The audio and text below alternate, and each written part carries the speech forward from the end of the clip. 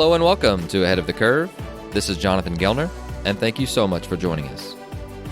This podcast is powered by Stick and Ball TV, the baseball and softball streaming platform.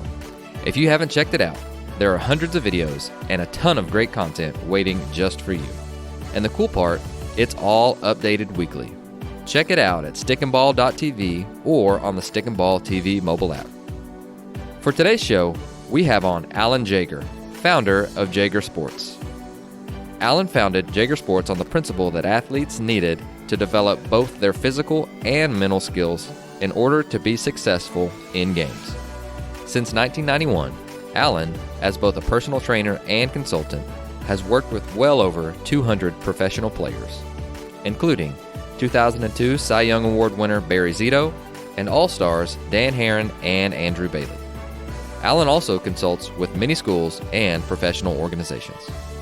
Alan's intention is to help athletes merge the mechanics of the Western athlete with the insight of the Far Eastern mind, and to position athletes to best realize their potential, both on and off the field.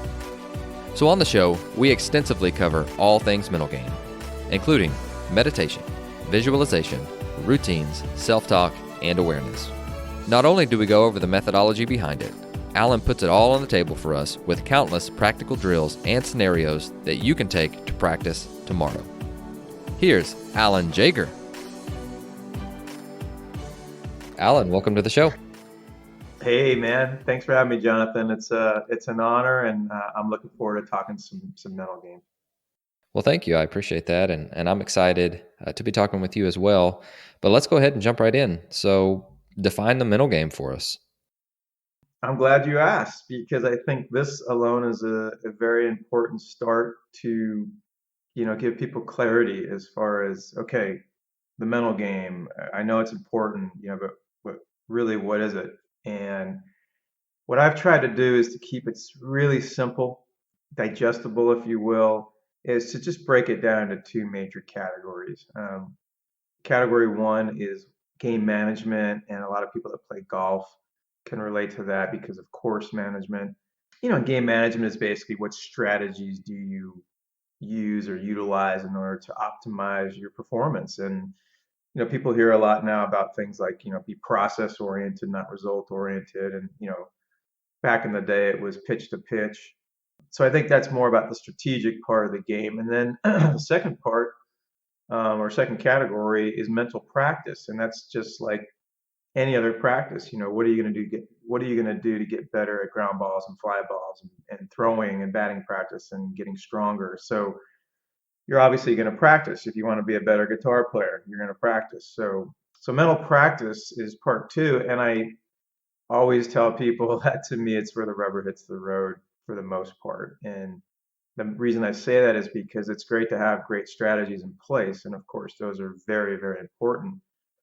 But if you don't have a practice every day to help build certain skills like relaxation and clarity and getting quiet and being more present, or learning how to deal with disruptive or distractive thoughts, like if you don't have a practice at that, it's hard to get better at those skills. And needless to say, we're talking about life now. We're talking about having a practice every day to, start being healthier and again, more clear-minded, more relaxed, more focused in life. So I think just to start with, because I know we're going to delve more into these topics, just good up front for people that grasp this idea that, oh, the mental game is X. No, the mental game is your strategies, in performance. And then what kind of a practice do you have to support those strategies, but also just to build countless mental health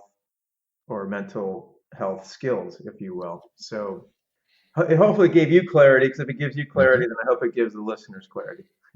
Sure. No, I love that. And I'm glad that you mentioned it with starting with that, because I feel really guilty whenever I think about myself, maybe, let's see, 5 or 6 years ago, whenever I was really first getting into coaching, and I was in charge of this freshman group, and we would call the mental game is where it would be too cold, and we would go to my classroom and I would click play on Brian Cain videos, which, were really good at the time. And that would be our entire mental game of all the stuff that we would do. And I look back and I'm like, well, it's better than nothing. But then whenever you mentioned it with, providing clarity and mindfulness and all of these things that are so helpful in everything inside of baseball, but also outside of baseball. And so I love that you added that in there, and that's included in your definition. But don't you feel like that's just super important, especially, we're going through COVID-19 still, and there's, a lot of our players haven't played in a year, and just kind of tell us about why it is even more important to do this now. Well, look, man, for starters, and I love the fact that as a coach, and we'll get into this later too, I know, but I love the fact, and Brian's a good buddy of mine. I love the fact that you were aware just to know, with inclement weather to put on mental game stuff. I mean, think about that's Right. already a good start as far as the advancement of the mental game from 30 years ago when I started. But look, the bottom line is this. We need to start looking at the mental game not only no different than any other part of the game, but we need to put a premium on it, of course. And with COVID, and our vice president, China McCarney, who has his own nonprofit, Athletes Against Anxiety and Depression, you could feel this stuff coming up just more and more and more, and the numbers that are out there on, the effects on mental health, are pretty alarming. When you start hearing about the depth of what a lot of the population is dealing with, understandably so. Hmm. So I guess to answer your question is that we not only need to look at the mental game because it's such a huge part of the game. Again, we can say it's at least 90% or more, and I would argue it's 99% at the big league level. But Hmm. we got to remember that this is first and foremost about life. I mean, we're humans first before we're the athlete, right? So we have to address, and I'm going to steal that from Gabe Kapler. Shout out to Gabe, but you know, you got to address you got to address the human being first, and then deal with the athlete. And I think if we just keep that in mind, and I'm not saying people don't keep that in mind, but I think that we have to keep bringing that topic up, and we have to start looking at these kids. We don't know what's going on in their minds, right? And I think, and this is something I'm shout out to Scott Brown. I think this is something that you prod. I think that's something Scott mentioned in the podcast I did with Sheets on Stick and Ball about this idea of being aware, asking the question, "Hey, how you doing today?" I mean, Scott's just classic. If you say, "I'm doing pretty well," he's not going to take that, like, unless it was really, really, really sincere. He's going to dig. He's going to dig in a nice way. He's going to dig in a caring way, in a supportive way. So I think that again, this theme of mental game, which yes, we want to all be better players and optimize our abilities and all the hard work we do in practice and all the hours the coaches put into teaching and recruiting. Of course, we want to do better on the field, but I think that maybe this theme is just going to keep coming up. Oh, definitely. And I know that the last couple of years, it seems to be a big push between, you build a better man, build a better baseball player, and same thing with softball, build a better girl, you build a better woman, and you build a better softball player as well. So that's just, something that I think that this not only helps them, again, on the field, it helps them off the field, which we're always looking for things to be able to do that. So, one thing, a mutual friend of ours, Tyler Graham, we went to Instructs. He was my roommate, and we were like, he spoke nothing of just everything Alan Jaeger. And so, and so I got my, every day was filled with different Jaegerisms, I guess you could say. And so, he was part of that Oregon State group that was a player with Pat Casey in the early, mid 2000s, and then came back as a coach, and then was a hitting coach. And so he is a firm believer, and that is what separated them from everybody else. And that was, I mean, he was like staunch firm in this. And I was like, man, you guys are really talented. And he just said, not when I got there, we weren't what we are or who they're pulling in today. And so we had some different discussions about it, which I thought was really neat, but it was so interesting. And it was really eye opening for me to get to hear someone who has lived that and seen that. And you were big part of that as well. And so I'd love to hear your thoughts. Is being able to master yourself, being able to have clarity on a field and to not get too big of in the moment, and all of these different things that we'll talk about, self-talk and self-awareness, visualization. Is that what separates good teams from great teams? First of all, you have to look at the culture. Well, let me answer your question first, and then we can talk about Oregon State. The answer to your question is yes.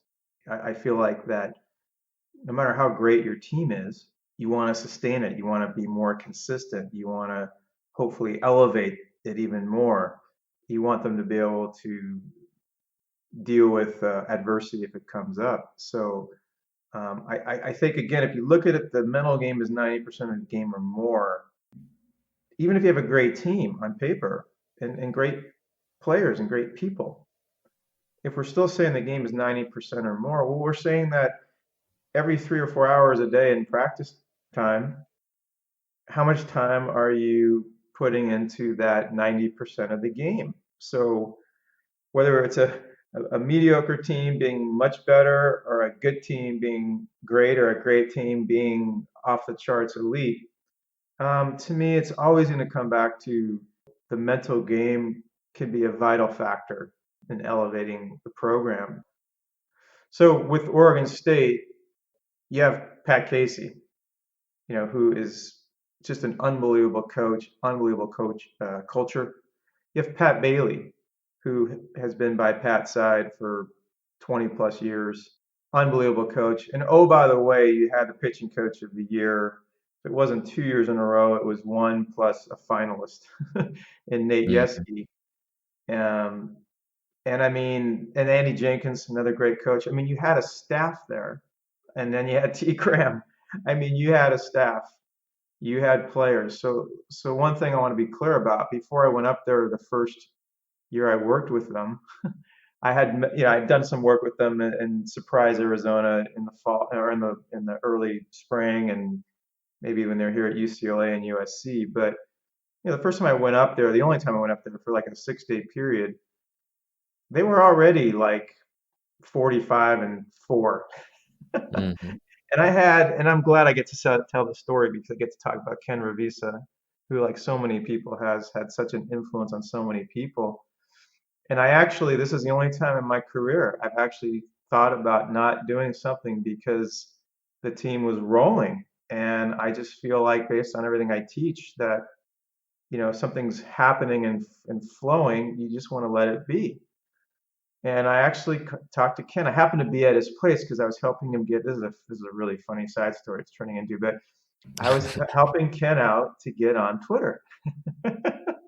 Nice. So I was at his place, and long story short is I asked him about the Oregon State deal, about Coach Casey having me come up. And Nate Yeskie, don't get me wrong, he's a dear friend of mine, and he played a huge role in bridging it. But the fact that Case wanted me to come up, I asked Ken. I said, Ken, this is the first time I've ever been confused, like, about taking something on when I just want to let the thing breathe because they're, like I said, they're like 45-4. And he said something to me I'll never forget, and it was vintage Ken. And he said, did Pat Casey ask you to come up to work with the team? And I said, yes. He said, does Pat Casey know his team well? And I said, yes. And it was like, whoa, That's great. that one got me. And so I didn't think twice about it. I mean, after that, I went up there. And so I just want to make it clear that Oregon State had an amazing team, amazing culture. But as T. Graham has told you, and I, based on his feedback over the course of the rest of that season, which is when they went to the College World Series, and then the following seasons when they won the whole thing. The one thing I've always told, and this is cool because I know we've talked about this topic.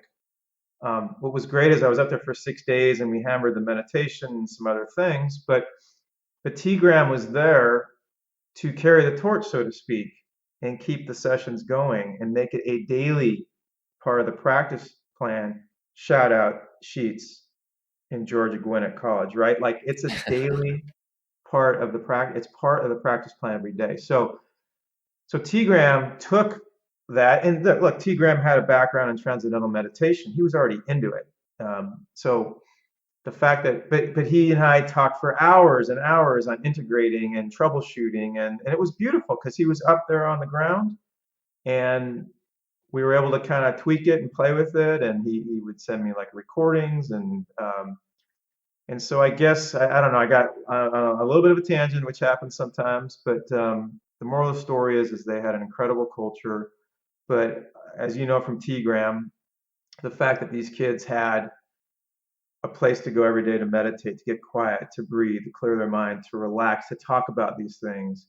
To me, I feel like, and obviously T. Graham has talked to you about this plenty, but it made a huge difference. I know, the hitters and the pitchers, they all have different angles, and the fact that they could all apply mental training and mental practice, and for it to become part of the culture, so to speak. The fact that Coach Case brought me up it was the series before the regional started, and they're 45-4 again, or whatever the numbers were. And I think also that was a statement, even though I'd worked with the team before and there was familiarity and all that stuff. But I don't know, there was something to that, like him saying, look, guys, we're not sitting on anything. We still want to get better. You know what I mean? Like, I think there was something very powerfully symbolic, even if it was very subtle about that. You know what I mean? Like, that was, looking Mm-hmm. back, that was sort of interesting. I don't know. And it sort of goes back to something we talked about earlier, which is this idea, if you're a coach, um, that how important it is to buy in. And I think it sent a message to the team that he's bringing somebody up. Anyway, Sure. sorry for the long tangent, but hopefully. No, it's that's perfect. It leads right into my next question, which was how do we implement it? And I was going to say, well, we've got coaches who are getting ready for their seasons, and then you tell the Pat Casey story of where he's bringing you, and they're already, number one in the country, and they've won 45 games and lost 4. So I guess that takes that excuse off of the board for those of us who are listening to it in the preseason. But let me throw that out there for you. So where do we start? So we have a lot of listeners who are intrigued because that's why they're listening. And so help us if we have a coach who is wanting to start implementing some things now, or we'll go full in, but they don't really have much of a background in it. Where would we start? Number one, and I love this question, Jonathan. Number one, just open mind. And of course, if they're listening to this, they probably already have an open mind, but have an open mind. And two, don't worry about being perfect. Don't worry about like it has to be a certain way. Just know that any form of effort to where you're just trying your best to learn a few bullet points, a few tricks to just, I don't want to say, let me take back the word tricks, but just a few concepts that you can learn how to lay your kids down and take them through a breathing exercise, even if it's 5 minutes to start with. I think the most important thing, as you know, is getting through the door and just saying, hey, and here's a word I love, vulnerability. Vulnerability, I think 50 years ago was not seen as a strength. And I think now we're starting to realize the word vulnerability is a strength when Mm-hmm. you allow yourself to be vulnerable. And I think as a coach, if you can allow yourself to be vulnerable, that maybe you won't do it perfectly, but you're trying. And more importantly than anything is you're bringing this new field, if you will, or this new practice to your team.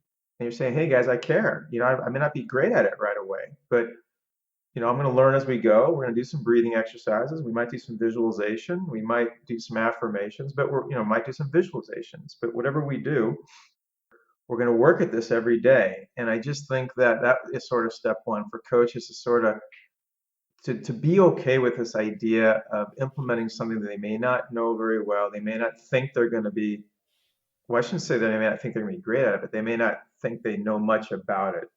Mm-hmm.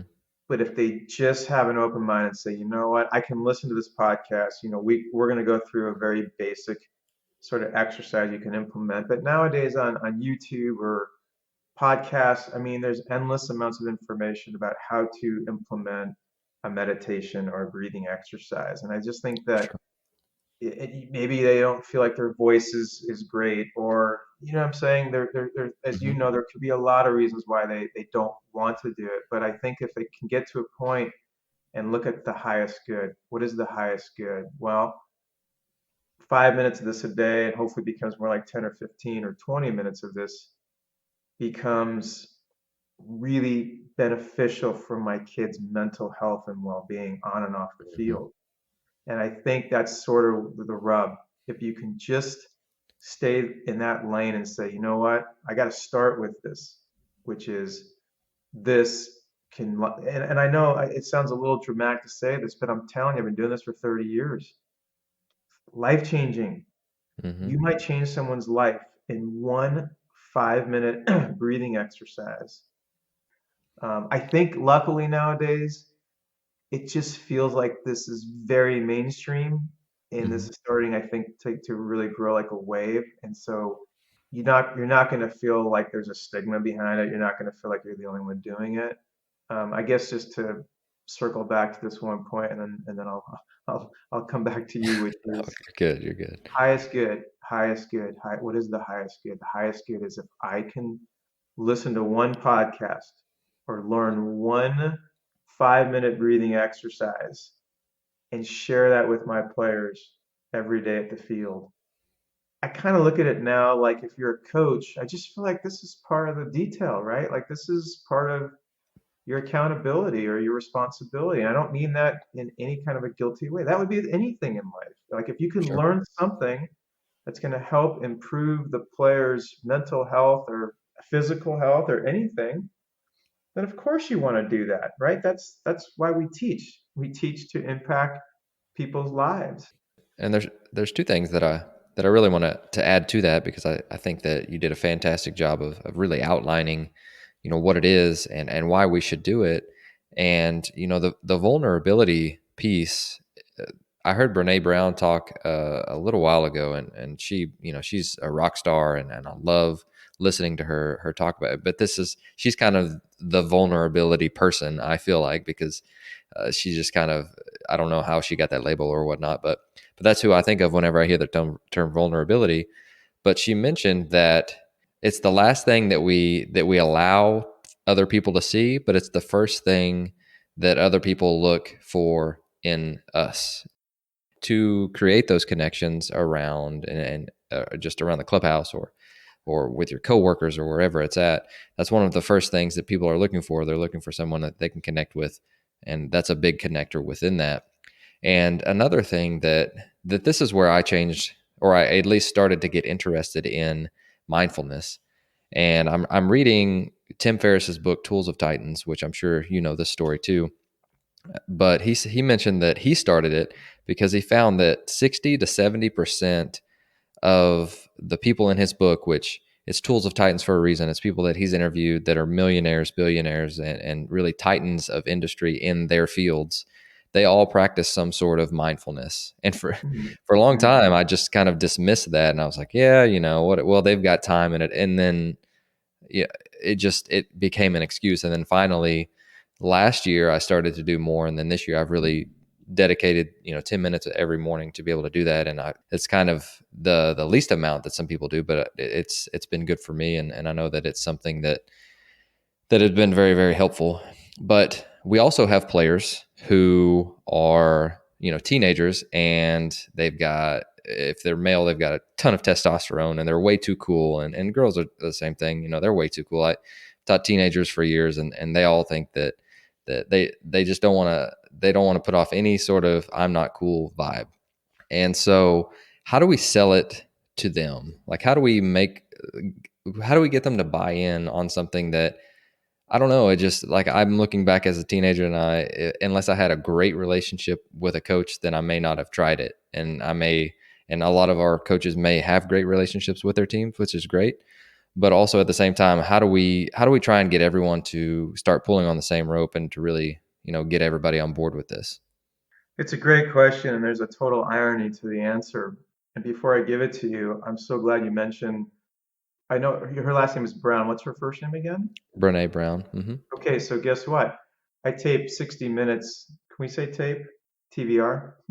I DVR 60 minutes. Tape was in the 80s, but I still like to say it. But no, I tape 60 minutes every week, and she was in an episode about maybe 6 months ago, and boom, it's exactly where I got the vulnerability piece from, was her. She's great. And I love what you said about first and last. I mean, we're it's like people are looking for that openness and warmth, right? And that freedom from somebody else being vulnerable. And yet we're like, isn't it weird how it works?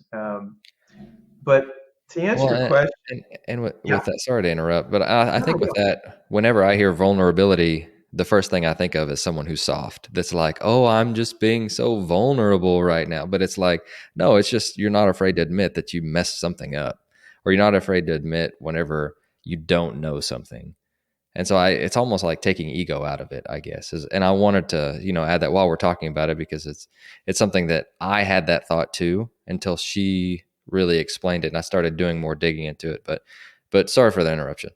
no. I'm glad you said that because I think that is, I think vulnerability, like you said, is one of those words that's completely misconstrued, and it's seen in many ways as a negative when it's a massive positive. And that was the takeaway I also got from her in the 60 Minutes episode, and it makes so much sense. And all of a sudden, you're just having a conversation with somebody. The fact that you can be vulnerable, there's so much natural power to that, and it's so authentic. That's the other thing I know. Hmm. I'm pretty sure she had brought up. It's just there's an authenticity about that is unmistakable, and you can feel it. Like the vibrations are so much more powerful when you're talking to someone when they're vulnerable. Anyway, I'm really glad you brought that up. I think that was a great piece you added.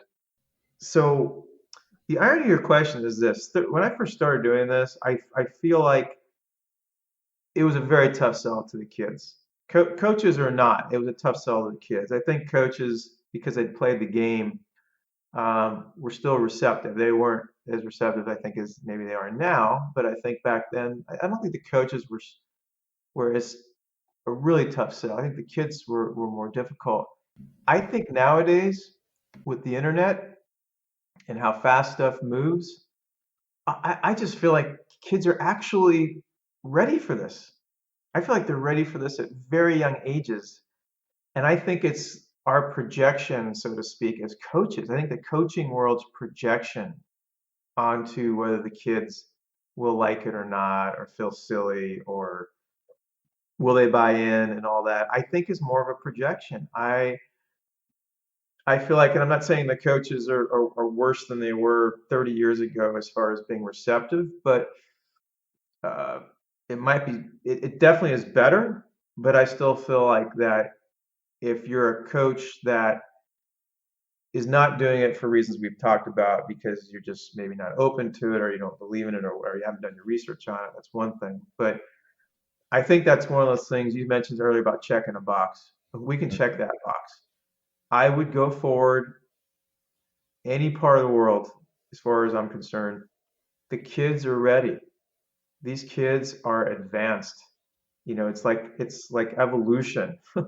It's like think about who you were as a 13 or 14-year-old and think about these 13 or 14-year-olds. Think about where you were as an 8-year-old. I just feel like these kids, especially again with the internet, they're more educated, they're more worldly than we can imagine. And and also go back to the COVID thing. I just think everybody is looking for something that's going to make them feel better.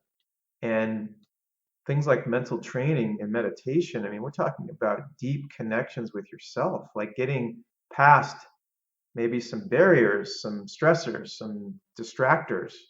Um, so I guess the question was about the players. I just don't see it really as the players. I'm not saying there aren't some players it's going to be a tough sell. Maybe on some teams, there's a lot of players that might be a tough sell. But I would say I would eliminate that as a detractor to implementing the mental game. I would start looking at the opposite way. And by the way, I have done this a long time. And anytime I've talked to a coach about trying this, and at first they're a little bit like, well, I don't know how the kids are going to. I have told them all the same thing, and I can't say 100%, but it feels like it's 100%. When coaches have done it, they give me the feedback that I told them they were going to get, which is you're going to be shocked at how many of these kids thank you afterward. This happened with Sheets, by the way. the day that she's committed to doing this every day, or just implementing it at all, game changer. The kids love this. What kid does not want to learn how to slow down and get quiet and get relaxed or deal with some stressors or whatever? I think again, there's some misperception going on there. I think that we forget these kids are humans and they're smart.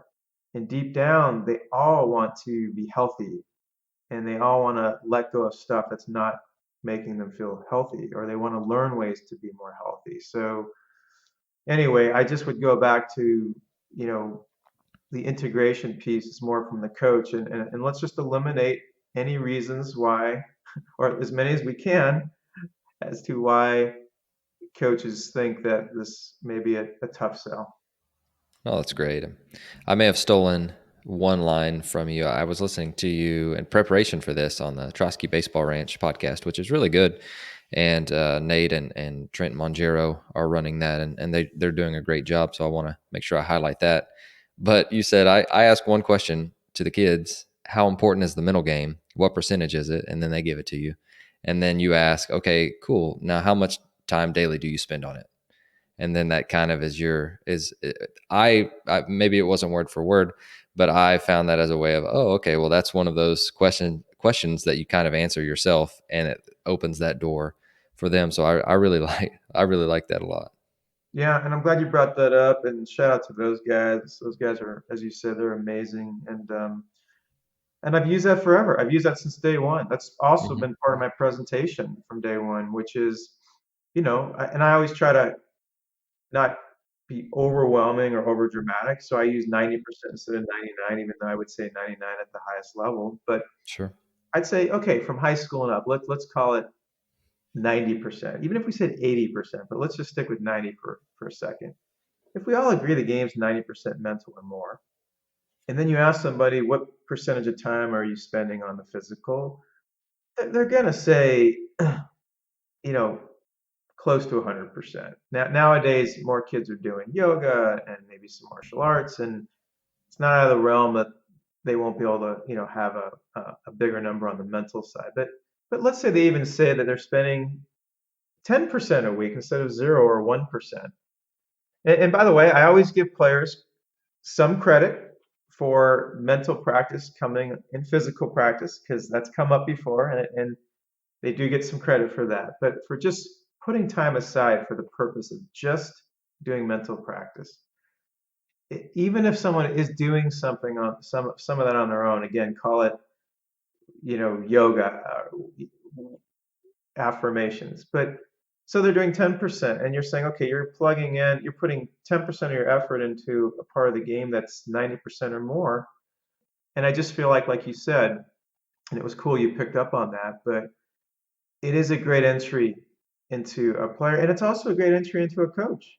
Because if you ask the coach the same question, what percentage of your practice plan is devoted to mental training, right? Like putting time aside for breathing, relaxation, visualization, etc.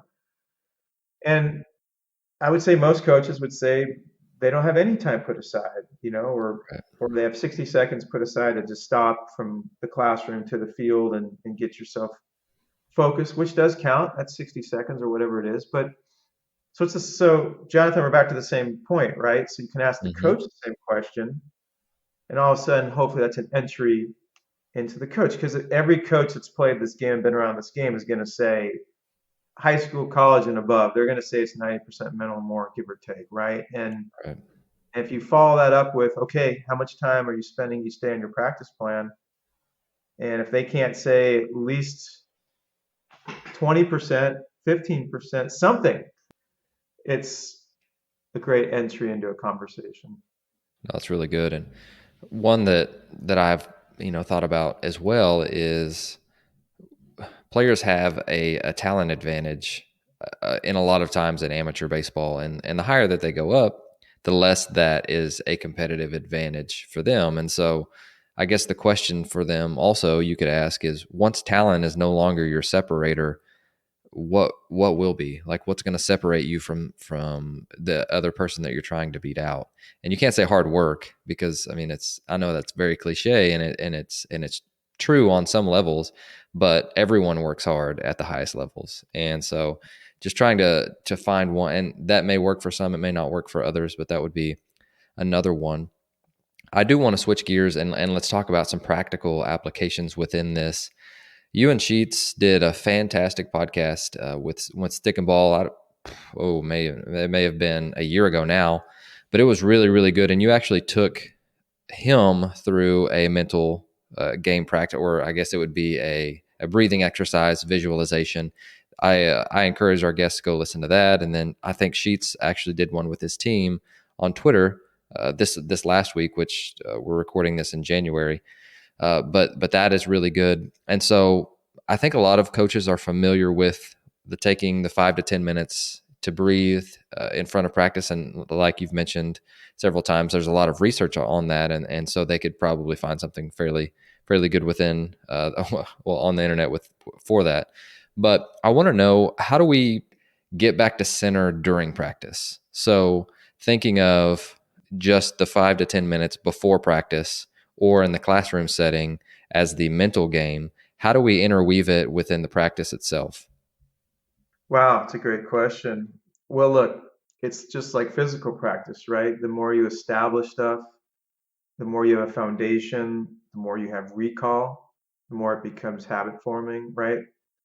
So if that's another reason why you want to have a meditation, so to speak, every day, because you want to start to integrate and kind of weave in those, neural pathways, if you will, that kind of training, so that there's a presence there, right? There's a familiarity, there's a changing of behavior. And so, and then of course there's recall. So I would say number one, by the mental practice you do every day starts to create new habits, starts to become, again, sort of your go-to, your recall, and it's Mm-hmm. just presence of mind, right? You're doing it every day. Now you're aware of it. So now we're talking about a very important word, which is awareness. And then two, on top of the practice itself, which is hopefully changing behaviors and changing the person's state of mind and their state of body and so on. I like to say their state of being. I mean, now we're really getting deep. Mm-hmm. But you can also leave the practice with some other tools. Now we're getting more into game management. For instance, the other part. So you did the mental practice. You're creating new habits. You're creating some intimacy with each player, with their breath, and how to relax, how to clear their mind, and so on. But now you have also principles you build off of that. For instance, well, they're unconsciously and consciously just becoming more aware of their breathing from the meditation. Sure. They're becoming more aware of relaxation. They're becoming more present minded, ideally, in these exercises. And so now you have little focal points, or I'm trying to think who came up with that term, that I first heard it, but you have these anchors. And shout out to somebody who gave me the term anchors. It might have been Bob Rotella, or it might have been Ken, might have been Brian Kane. But you have these anchors, and now you can recall those anchors, and those anchors that you can recall have more energy to them because you're practicing them there every day. Versus if I just tell somebody during the middle of practice, hey, slow down, take a deep breath. I mean, that's a good start. Mm-hmm. But if they have a lot of stress going on, or they're dealing with some fear-based stuff, their mind is going to tend to default to that momentum or to that familiarity that they're caught up into some kind of engagement with their own mind, their own thoughts, right? Versus if you tell someone to slow down, stop, take a deep breath, and they've been working on that every morning or prior to practice every day, hopefully both. Now you have recall. Now you have Mm-hmm. familiarity. Now you have, you know, things in place that they can draw from. And again, this keeps going back to the same theme. Mental practice is not a couple of times a month. Sure. Um, you don't throw a couple of times a month. You don't do arm care a couple of times a month. You don't stretch a couple of times a month. You don't go to class a couple of times a month. You don't eat a couple of times a month. So we're talking about the engine of your car, your mind. So this is where to me it gets very clear and very simple, yet very deep, which is create that practice, create that familiarity, create education so that, as you said, when you go into practice and then eventually, of course, into games, you are drawing from it. I'll give you one last analogy and then we can move on. Sure. I've used this one before, which is it's like you put money into a bank account. So if you put like $10 in because, for yesterday you did one minute meditation, so you put $10 in, you have $10 to withdraw from the bank. Maybe you get a compounding interest, so maybe you have $10.05, 3 days later. But if you put $10 in every day and 3 months into it, now you have $900 in the bank with compounding interest. There's a lot more money to withdraw from versus $10, right? That's a very simple analogy, but it gives you the idea of like, oh, I'm creating assets, I'm creating depth, I'm creating something that I can withdraw from. And by the way, you put $10 in a bank account once and then that's it. Not only do you only have $10 to withdraw from, but who's to say like that you're even aware of that $10 anymore because you don't have, you know what I mean? It's just like a little glimmer of light or whatever. There's a glimmer of something that's shining, trying to shine through versus, it's a good analogy because I use this all the time, the sun and the clouds. It's like $10, imagine $10 versus let's make the number more like 10 million. So the $10 is like the sun trying to get through the clouds, which we can just say are thoughts or stress or congestion or whatever. Okay. And so you can maybe just sort of make out a tiny bit of light, but then the $10 million we can say are 10 million points of light, right? It's just like hot. It's like the sun is hot and on you. And to me, that is why this is a daily practice. So I hope that made some sense. Oh, for sure. For sure. How important are routines within the midst of practice? So I'm thinking, especially with hitting and pitching, there's a lot of downtime in between pitches. How important are those routines to get back one to present, that breath focus? And then can you kind of walk us through how you would teach routines as well? Yeah, so what we do is we build, and this is cool because we spent most of the time talking about mental practice, so now we're getting more into game management. And what we do, and I love it because it took 20 years to get to this point, but fortunately the last 10 years or so, all we talk about now with game management, the other part I mentioned at the beginning, is we talk about the process. And it's not just be process oriented, that is a huge part of it, but we actually have players build their own process, so to speak, or routine to where it's their default. So as a simple example, so we can just kind of cut to the chase. If I'm working with a pitcher, I'll ask him or her, tell me three things that if you do these three things will lead to the best pitch of your life. And I'm not exaggerating. I mean, literally the best pitch of your life. Now, I'm not saying they always know for sure, but most of the time they do because really what they're defining is sort of their peak experience. They're defining who they are when they're unhittable. And so that stuff usually comes up pretty fast. So I'm going to say what mine is just to cut to the chase again. So for me, it's breathe because my breath has so much to do with my meditation. It has so much to do with being present. It has so much to do with being an instinct rather than thought. A million reasons why I want to go to the breath. So that I'm giving you my present day one, which what I would use. So I would breathe. Then as a pitcher, I would want a focal point. I always felt that if I had somewhere to go, it was like a magnet pulling me. So I wanted a focal point, unless I was just flowing, man. And that's the other thing. That's like this is getting a little deep now. But if we really want to talk about the ideal state of mind of an athlete, they're just sort of like surfing the wave. They're just flowing and they're riding their bike, and it's just they're really not thinking about anything. But I love that. the process is there as their default as a backup in case they, let's say, aren't in the flow or they got, let's say, a bad call, they thought it was a bad call, or they had a rough inning, or whatever. I'm not even saying it was a bad call. I'm not even blaming the umpire. They may have been a good call, but they thought it was a bad call. See that? I'm covering everybody here. So what we do is we build this process so they always have somewhere to go, like a mantra. And so that's sort of the in-game piece, Jonathan, that you were talking about. So let me give you the hitters now. And again, I ask the pitcher and the hitter, and we can do this for defense, we can do this for secondary leads. It doesn't matter. We can do any Right. 4-foot putts, 30-foot putts. There could be a process for anything, but in baseball, as we both know, if you're a hitter, you got to hit. Or I should say, if you're a position player, yeah, you got to play defense, of course, but I mean, you got to hit. If you're a pitcher, obviously you got to pitch. So we start there. And so with a hitter, I would say the same thing. And mine as a hitter, I just want to have a clear mind. So I'm going to say breathe, clear mind. And then my third piece was hit the ball hard. That was it. Like those were my three go-tos. Okay. And so no matter where I'm at in a game, if I'm on the mound, well, hopefully I'm just locked in and flowing, and I'm not thinking about anything. Like that's the state we all want to be in. We're in the zone. We're not thinking about anything.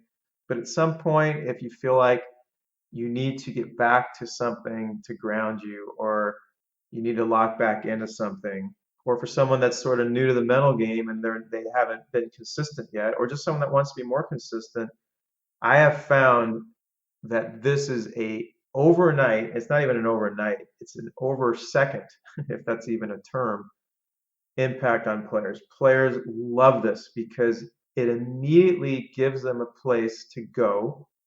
The place they're going is their process, not mine. It's what they told me are their 2 or 3 or 4 keys to the best pitch or at bat of their life. So now it's empowering them. And now they know that even if their mind thinks about something negative or goes into the future, goes in the past, they have a place to come back to. And it's not a thought.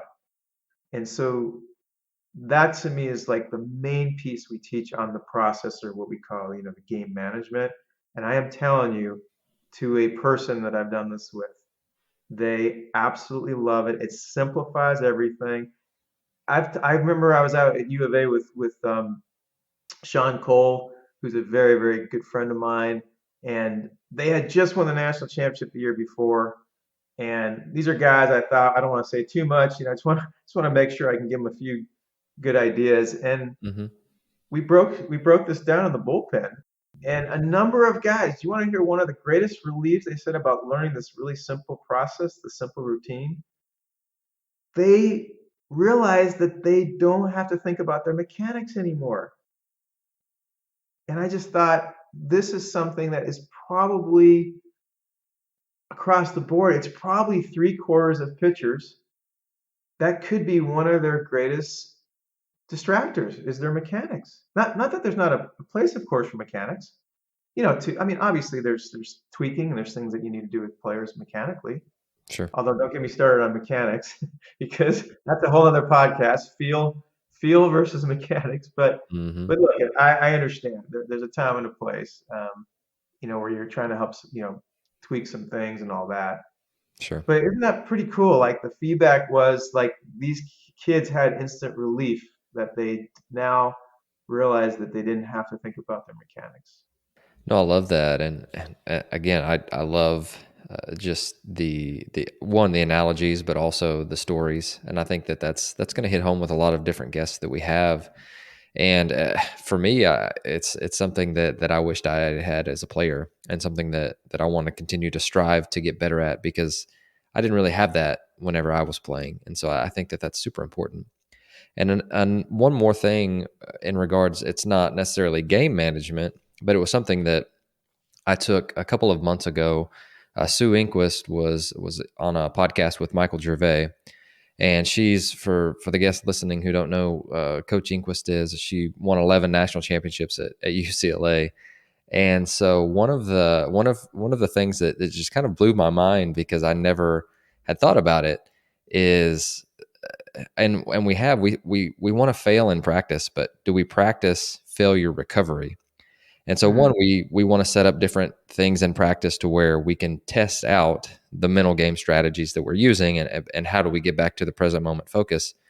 But she had a failure recovery station, and she would teach them how to get back into the present moment. And I'm looking at it right now. I've got the Evernote file pulled up, and it says these were my notes, and it said that they would practice failure recovery. So they would put them in a different situation to where they would fail. And step one would be to like tap their chest and say, "My bad." They would point outs, so however many outs they were had, and then they would look at a teammate and say, "I've got you. I'm back." And I absolutely love that. I thought that was fantastic. I don't know if you've heard that before, but I'd love to hear your thoughts on that. Sue is just, it sounds cliche-ish because is UCLA, but I feel like John Wooden's presence in a way around her. She is just a unique person. It's not an accident how many national championships she's won, and that's the first time I've actually heard failure recovery like that way, and it's genius. It's sort of like systematic desensitization in a way, um, but it's genius because it's on the field. It's real life stuff, and it's outside the box, but yet it makes so much sense. And my feedback is simple. I think it's genius, and it doesn't surprise me because Sue is just that way. But I think it's something that we all need to work on because, as she said, these are things that are going to happen in a game, Hmm. and why would we not practice it, right? Right. Well, and I guess I loved that she provided, and I'm sure there are some coaches out there who do, and I'm sure that you help with this with the different routines. But I love that she outlined a process for them to at least begin with to get back into the present moment. So, one, I think this is something that I feel very strongly about is a lot of our players aren't as good as they can be because they're afraid of what other people think about them. And I think that once that we can turn that upside down, then that's when we've got a really good team. That a team that's fearless, that's maybe they do have fear, but they're not afraid of the outcome because they know that they're going to be brought back into the present moment thanks to the team and the tribe that they're around. And so I really like that because it outlined a strategy for them, kind of like your pre-pitch routines that you were going over, and I love those. But this is kind of that after after action review, I guess you could say. But So the only other thing I'd like to add to that is that human nature on a lot of levels to worry about what other people are thinking or wanting to live up to certain expectations and peer pressure and all that stuff. I get it. But here's one of the other really cool things about the process. When you get someone to understand that those three things are the key to their best at bat or their best pitch or their best secondary lead, you have taken away everything else. And so now not only are you best positioned to excel, but you're in your best position to be a great teammate, right? You're in the best position for the greater whole because you're just taking care of your end. There's a great line about if you want a beautiful lawn, be a beautiful blade of grass. I feel like things like worrying about other people's opinions, even though I know it's not unusual, especially when you're younger, if you get so consumed by your process, by those three things, I tell people, I know this seems extreme, but I mean this like 100%. Your job is to be 100% committed to your process. Nothing else exists. Nothing. The time, the day, the year, the score, the opponent, nothing exists because the art of you excelling to your best level, you have told me already, is A, B, and C. So we know that A, B, and C satisfies your best execution of your plan for the best outcome possible. There's nothing else to think about.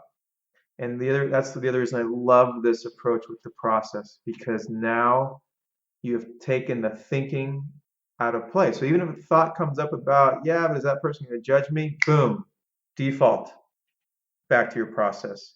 Yeah, but what about if I default to your process? And this, by the way, is why the mental practice and the meditation is so vital because you have to, it's like the failure recovery. And I'm going to steal that from you and Sue now. Well, what happens when you are, well, we can do a quick little mini breathing exercise. But what happens right now if you and I said, okay, let's just be quiet. We'll count our breathing. We'll get nice and relaxed. Well, based on studies out there, we have like supposedly 75,000 thoughts per day come through our mind. Well, who's practicing every day, sitting there to be quiet, to hear what kind of thoughts are coming in our mind that may be distracting us or taking us down the wrong path, or sabotaging us, or punishing us, or threatening us, or just creating noise, distracting us, right?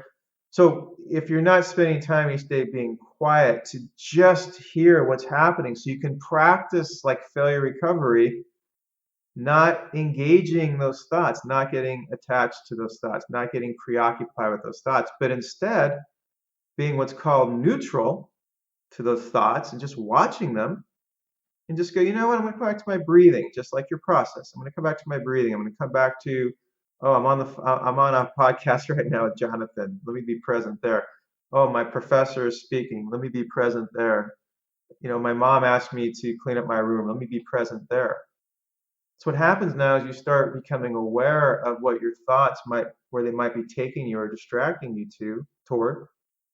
And now you're giving yourself a chance to practice every day being neutral to that. To me, I love this now. I'm going to call Sue about this. This is a failure recovery practice. So I just want to add in that piece that having a practice every day, one of the things that it can really help you do is practice hearing stuff that goes on in your mind that might be going on in your mind a lot more than you realize, but now at least you're aware of it and you can practice recovering or navigating away from it and not empowering it and not feeding it and starting to put your attention and awareness where you want it to be. And what we can do, because I know we talked about this earlier, is we can just, well, maybe the way we could at least end this part of it is do give coaches like even a 60-second overview of how they can take their players through a basic breathing exercise. Please do. Okay. Number one, if they Google mental practice plans and Jaeger, there's an article I wrote in Collegiate Baseball, literally walks you through a 10-minute breathing exercise. So they can go there. You can, attach the link somewhere as well. So I just want to make sure they know that. And also on YouTube, Jaeger Mental Talk. There's a 45-minute talk on the mental game and a guided meditation as well. And they can use those, and I send those links all the time to people to where they can take both of them and kind of merge them and kind of create different forms of meditations or mental practice exercises. But just for starters, maybe this is something that whoever's listening, if you're a coach listening, you can try this on your own. And then between the article and the YouTube video, or even this little practice that I'm going to give you right now, just play with this. And the way the practice works is this. Just find a place to sit quietly, meaning turn off your cell phones, turn the TV off. If you have a wife or kids or a roommate, just let them know for the next 10 or 15 minutes that you're going to be doing some breathing or some relaxation. And then two, wherever you do sit, um, just take like 30 seconds to become aware of the present moment. Like be aware of your body. What am I? Where are my feet? We can do this right now, Jonathan. You can do it with me. You probably are doing it, knowing you. But from what I gather about you, man, I think I'm on it. But Mm-hmm. where are your feet right now? What are are your toes touching the ground? Are your toes not touching the ground? What are you sitting on? One thing I love to do. It's actually a great meditation to do by itself. But if you just felt every part of something that's physical, like the ground, the chair, the back of the chair, and something that your body part is touching that's physical. And if you scan your body and just notice, where is my body not touching something, and then you start going over the surface of where your body part is touching something to the point where it's not touching anymore, and you literally scan your body, and it's really cool because you'll notice that a part of your thigh is touching the chair, but a part of your thigh isn't. And where does it start and where does it begin? The second piece to this, why it's so cool, is that when you do notice what is supporting you and holding you in place, you then realize that, wow, if it wasn't there, then I would free fall through space. And what that can really do is help someone learn what it means to let go and relax and surrender. And there's back to that word kind of vulnerability. Let it go. So that's exercise one, is to just practice letting that which is supporting you, just notice it. And then what I'd want someone to do is, after they do that for a couple of minutes, is then just go into a very basic breathing exercise. And you could do something as simple as inhale 1, exhale 2, inhale 3, exhale 4, and just count to 20, count to 30. That might take 5 minutes. But here's the last thing I'll say about the exercise. It's the number one tool, and I think it's one of the best tools you can learn about life. And I mentioned it earlier, which is neutrality. And what you do when you're counting your breath, inhale 1 and exhale 2, is if a thought comes in, oh, I'm hungry, or why am I doing this? You notice it. You don't fight it. You don't block it out. You don't push it away. You notice it. You watch it. There's no engagement with thoughts. That's the idea. You just watch it. You're neutral. And then you redirect your attention, which is also not a thought, back to whatever you're doing. In this case, you're counting your breath. So now your inhale 3, your exhale 4, your inhale 5, your exhale 6. Some more thoughts come in your mind, no problem. Whatever, I'm on 7, inhale 7, exhale 8. And you play this little game where you're counting your breath and you're noticing that if thoughts come in the mind or emotions come up, you just notice them. You don't want to feed them. You don't want to engage them. You want to just notice them, and you just stay with this counting. And ideally, at some point, it's like you have training wheels on a bike. At some point, you want to just ride the bike. So at some point, the idea is that you sort of fall into the breathing, or you fall into relaxation. It's sort of like when you're in the zone in a game. Now you're not trying to do anything. Now you're just sort of existing. You're just sort of vibing. And you just hopefully start feeling really relaxed, and you kind of don't really even notice thoughts anymore, because you're kind of more into that sun field. It feels like it's just warm or hot. And thoughts are like clouds, and you don't really sense or feel the clouds anymore, because the sun is sort of taken over. So in review, because that was a lot, just start the meditation up by becoming aware of your body, becoming aware of that which is supporting you. That can be a nice little mini meditation to start with. And then once you sort of, and it also helps it's like your pregame before the game. It kind of gives you a nice setting before you start this breathing exercise. And then once you again, you know, get yourself kind of grounded with this little mini exercise, just count the breath, inhale 1, exhale 2, and again, maybe count to 30, and see if you can stay with your breathing without being distracted. And again, it doesn't mean thoughts won't come in. It just means, did you engage the thoughts, or were you neutral to the thoughts and you brought your attention back to the counting? And if you can just play with that exercise for like a week and just notice, and hopefully at some point you get really good at just noticing the counting. And even if thoughts come in, you're like, no problem. I'm just kind of come right back to my breath. And that to me is a great start as far as a mental practice. Oh, for sure. And Alan, I want to be the first and probably not the last person to say thank you for coming on the show, and thank you for really all you've done for the baseball community. I can't think of how cool it would be to go to any park or along the country and having a piece of equipment, which is the J bands, named after me, which is so cool.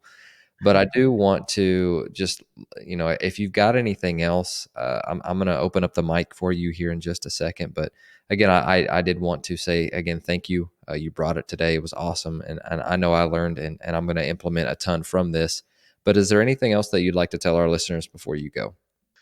No, man, I think the bottom line is that article and that YouTube talk, just invest some time and quote unquote, just go there, open that door, and just even if you're doing it for contrast, even if you're not sure this is for you, or you have some reservations, my plea is that, and whether it's our stuff or somebody else's, I just think in this day and age, based on what we talked about earlier with the kids, and not just the kids, it's everybody. We're all dealing with a challenging time, and I would just say, mortgage an hour out of your life for an afternoon or a few hours over the course of a week or a weekend and just delve into this and try some meditation, try some mental practices, try some breathing exercises.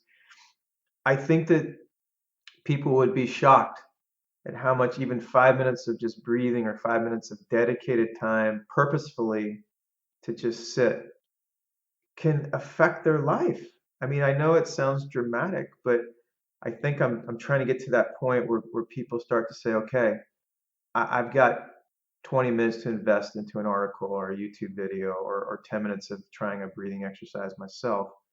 And I think I would just leave it on that note that this is now all about people helping people and us, looking into parts of life, especially as a coach. You're a teacher, you're a guardian, you're a support system. And I just feel like in this day and age, man, this is this is where we're at. This is just part of what we're all, I think, need to have as much accountability and responsibility for as possible, so the kids end up getting this.